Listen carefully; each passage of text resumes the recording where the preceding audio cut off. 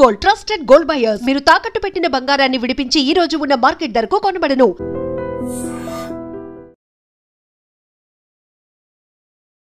Welcome to I dream. నా పేరు లుంబిని. మన బ్రెయిన్ పనిచేయాలి అంటే నేను మాట్లాడుతున్నానన్నా మీరు వింటున్నారన్నా మన బ్రెయిన్ ప్రాపర్గా పనిచేస్తేనే, ఎందుకంటే అది ఒక కమాండ్ సెంటర్ మనకు. సో అన్ని సిగ్నల్స్ అనేటివి పంపిస్తూ ఉంటుంది మన బాడీకి. అయితే ఈ బ్రెయిన్లో చిన్న ప్రాబ్లం దగ్గర నుండి పెద్ద సమస్యల వరకు ఎలా క్యూర్ చేసుకోవాలి, ఫస్ట్ ఆఫ్ ఆల్ ఎలా తెలుసుకోవాలి, ఇలాంటి గైడెన్స్ మనకి ఇవ్వడానికి, ఒక ప్రాపర్ అవేర్నెస్ మనకు అందించడానికి ఇండియాలోనే one of the leading top most and famous neuro surgeon doctor Ranganatham గారు మనతో పాటు ఉన్నారు. ఆయనతో మాట్లాడదాం. సార్ నమస్కారం. సార్ ఎలా ఉన్నారు? సో ఫస్ట్ ఆఫ్ ఆల్ ఈ మధ్య కాలంలో ఎక్కువగా చూస్తూ ఉంటే బద్దె పురుగు, మెదడులో బద్దె పురుగు గురించి ఎక్కువగా డిస్కషన్లో ఉంది. సో ఫస్ట్ ఆఫ్ ఆల్ ఈ టైంలో ఎందుకు డిస్కషన్లో ఎక్కువగా ఉందంటారు? నిజానికి బద్దె పురుగు అనేది ఎప్పటి నుంచో భారతదేశంలో ఉంది. మామూలుగా ప్రపంచం అంతా కూడా ఎక్కడైతే ఉష్ణ దేశాలు ఉన్నాయో ఆ దేశాల్లో మన ఇండియా కానీ, చైనా కానీ, ఇండోనేషియా, అదే కాకుండా ఇప్పుడు లాటిన్ అమెరికా దేశాలు ఉంటాయి, అంటే బ్రెజిల్, అర్జెంటీనా, చిలీ, ఉరుగ్వే. ఈ మధ్య కాలంలో అమెరికా, ఇంగ్లాండ్లో కూడా వస్తున్నాయి. అక్కడ సంపన్న దేశాలని కాకుండా అక్కడ ఇప్పుడు ఇమిగ్రేషన్ ఇక్కడ నుంచి వెళ్తున్నారుగా.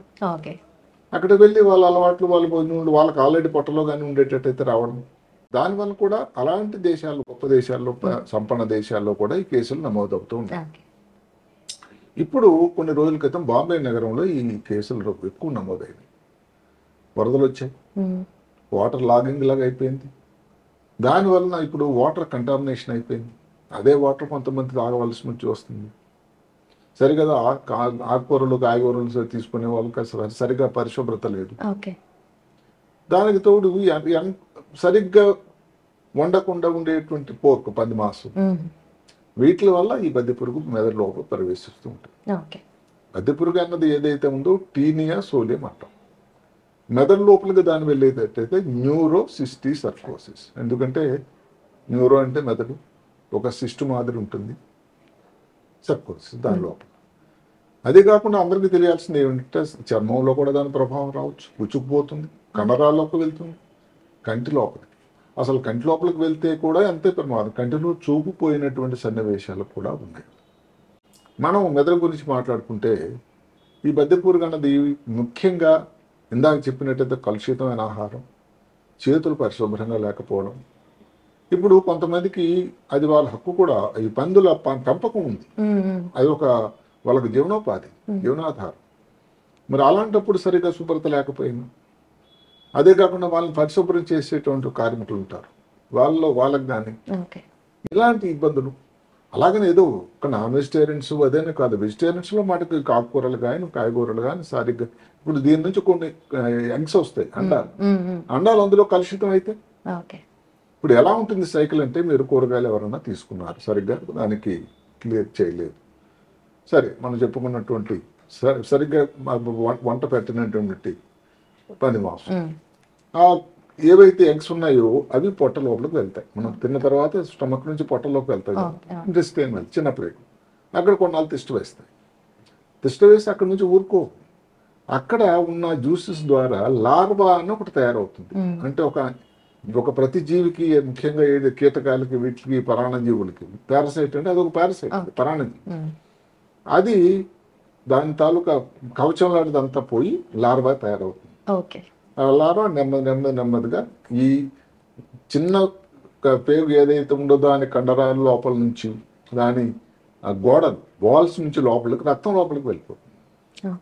ఇంకా రక్తం లోపలికి వెళ్ళి డైరెక్ట్ మెదడు లోపలికి వెళ్ళి బాడీ అంతా స్ప్రెడ్ అవుతుంది. బాడీలో అన్ని భాగాలకు వెళ్ళొచ్చు, ముఖ్యంగా మెదడు లోపలికి ప్రమాదమే.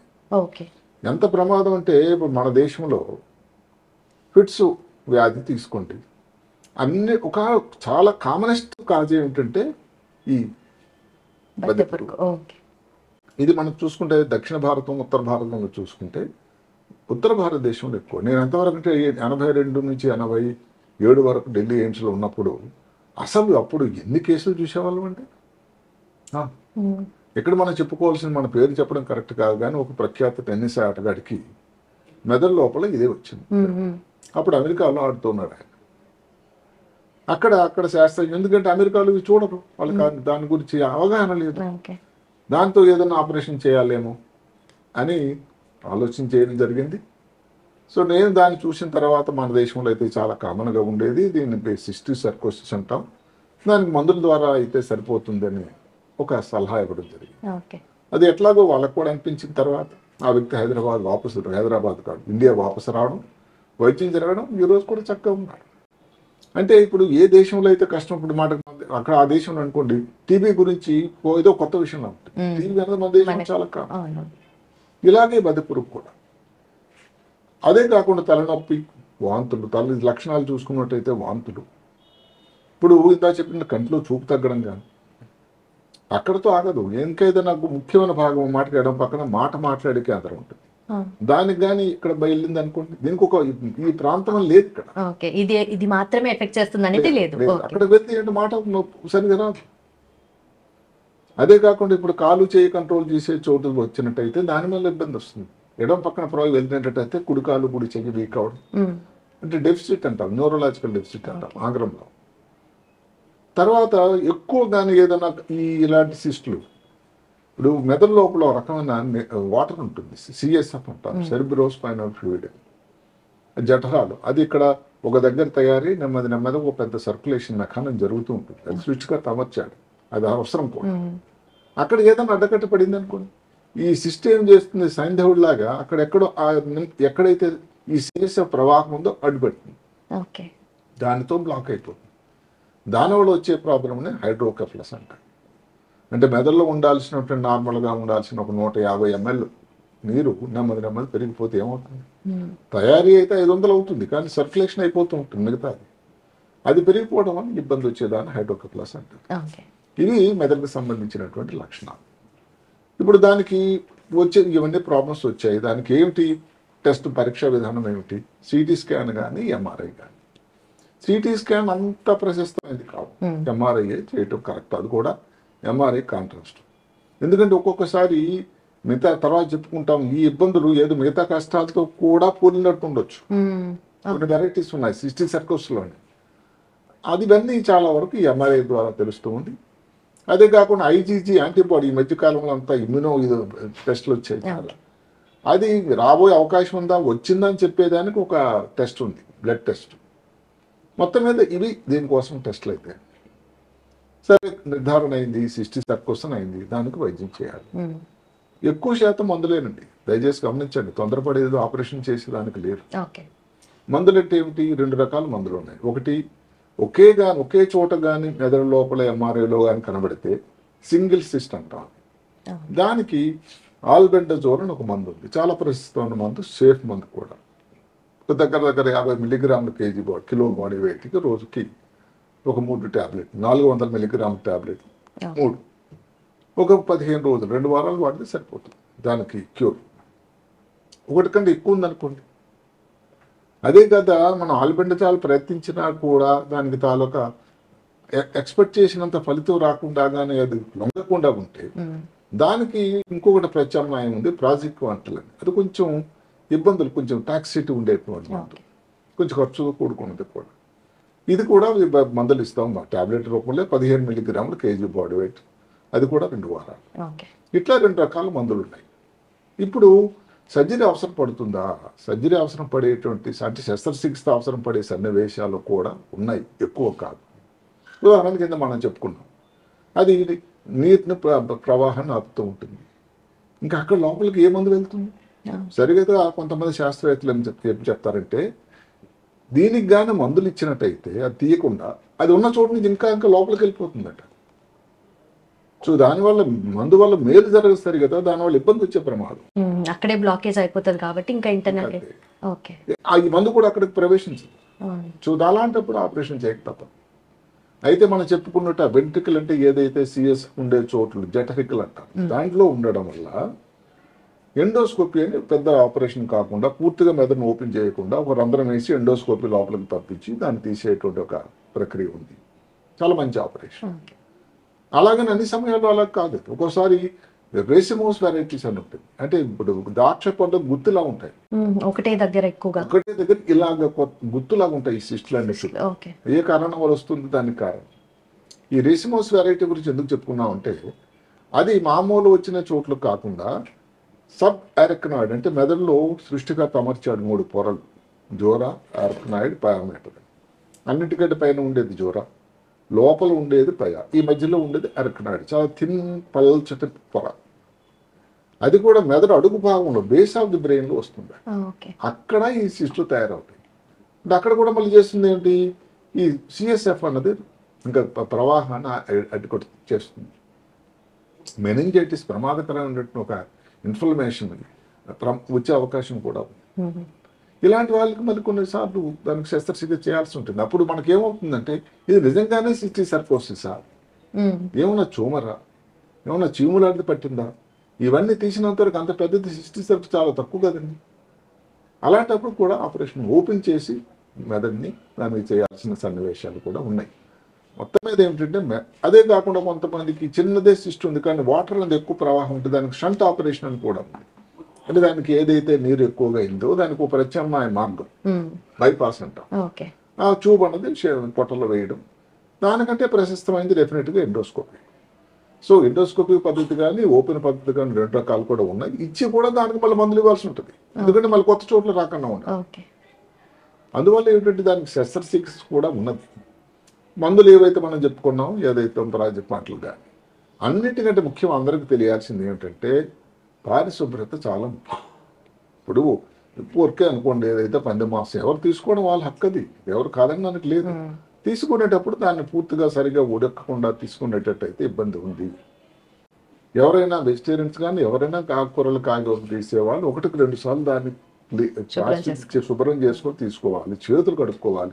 ఒక కోవిడ్ వెళ్ళిపోయింది ఇంకా మనకేం అవసరం లేదని కాకుండా మిగతా సమయాల్లో కూడా భోజనం చేసే ముందు దాని చేతులు సరిగ్గా కడుక్కొని దాని తర్వాత భోజనం చేసేటట్టు ఇబ్బంది. ఈ రా వెజిటబుల్స్ తినే అలవాటు ఉండే వాళ్ళు కూడా కొంచెం ఆలోచించాల్సి ఉంటుంది, ఎందుకంటే రా ఉండడం వల్ల ఇది కొంచెం ఎగ్స్ డ్యామేజ్ కాకుండా ఉంటాయి.